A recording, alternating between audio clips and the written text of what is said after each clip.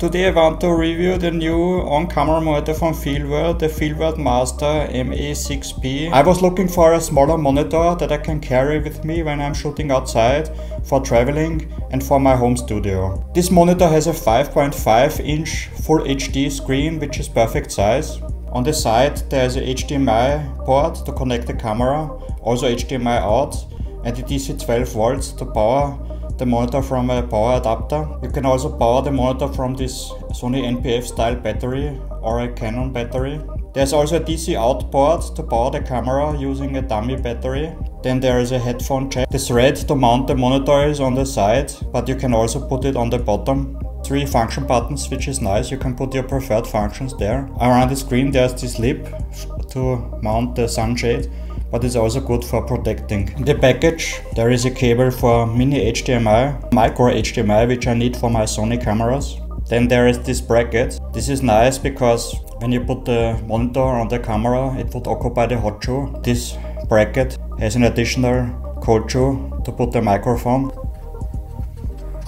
You can tilt the monitor around using this arm. Then there's also a sunshade. This is vital for me because I plan to use the monitor outside.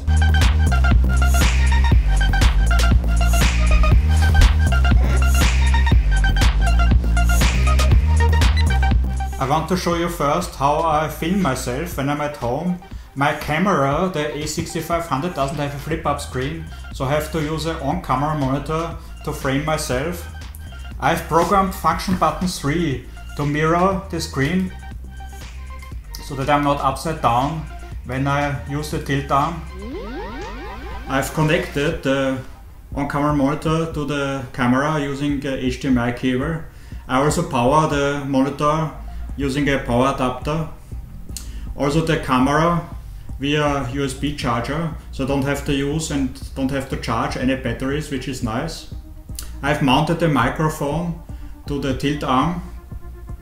Then I have this bicycle phone mount. I put my phone there as a kind of teleprompter. My power cables are hanging here on the tripod. Even if I would have a flip-up screen, the FEELWORLD Master MA6P is of much better quality and it's a bigger screen. The screen of the camera is just 3 inches, which is not much. My preferred method to mount the monitor on a gimbal is to put it on the bottom. I have screwed a small cold shoe, that way I can quickly mount the monitor.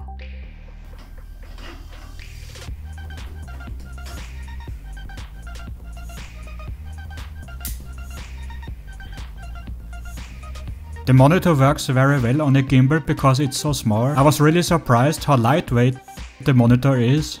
It's just 175 grams without battery. It has a good screen to body ratio of 83%. When photographing very small objects, it's very easy to miss focus. If you are close, the area in focus is tiny. It's better to use manual focus anyways. For example, I tried to repair this lavalier microphone, but I failed. I use an external monitor to better see what's in focus. I've set function button 1 to have focus peaking, to see exactly what is in focus.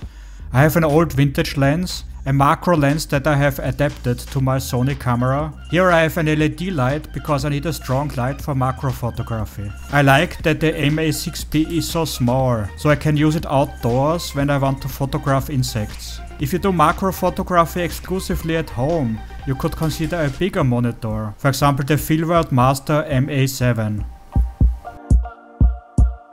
I do a lot of product reviews and for that I have a small lightbox tent. And because the camera is positioned almost inside the tent, it's hard for me to frame the shot and to see what is in focus. That's why I have the external monitor. I just put it on the table in front of me. I use focus peaking, for example, to see if the company's logo is in focus. Sometimes I just use manual focus because the autofocus is not always reliable. I also use false colors, I have set it to f2, so I can see which areas of the picture are over or underexposed. And also I can see if the skin tones, for example my hand, is properly exposed. Skin tones should be between 50 and 70 IRE. This is light gray or pink. This function is especially handy if I film objects that are emitting light. For example, a phone screen or a small monitor or an LED light. Then I use manual exposure, because otherwise when I turn on the phone LED or monitor, the camera would compensate for the change in brightness. Usually I also overexpose blacks for a more cinematic look. When I'm vlogging, I need an external monitor to frame myself and to see if I'm in focus. I put the monitor on the A6500. I like to use a manual lens, the Samyang. There's a faster aperture so I can separate myself from the background. It is also very wide, but to focus, I use the focus peaking function. I can change the focus and see if I'm in focus. The FEELWORLD Master MA6P works well for vlogging because it's so lightweight, and it also has a cold shoe for the microphone, but of course it's still a quite heavy solution.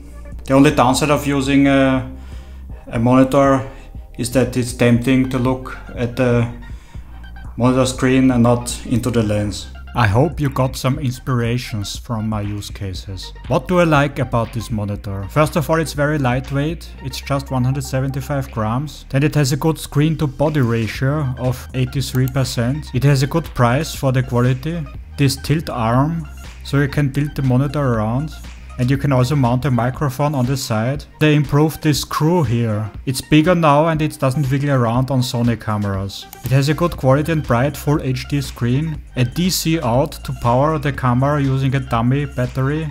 3 buttons where you can put your preferred functions. This bracket to put the sunshade, which also protects the screen. The monitor for me is an evolutionary improvement over its predecessors. It's a perfect size to use it on the hot shoe of a camera and on a gimbal. Of course, if you plan to use the monitor exclusively at home, you could consider a bigger size like the MA7. But the strength of a field monitor is to use it in a field, and the MA6P is perfect for that. Thanks for watching, I hope you liked my video. If so, please like and subscribe. See you next time, bye.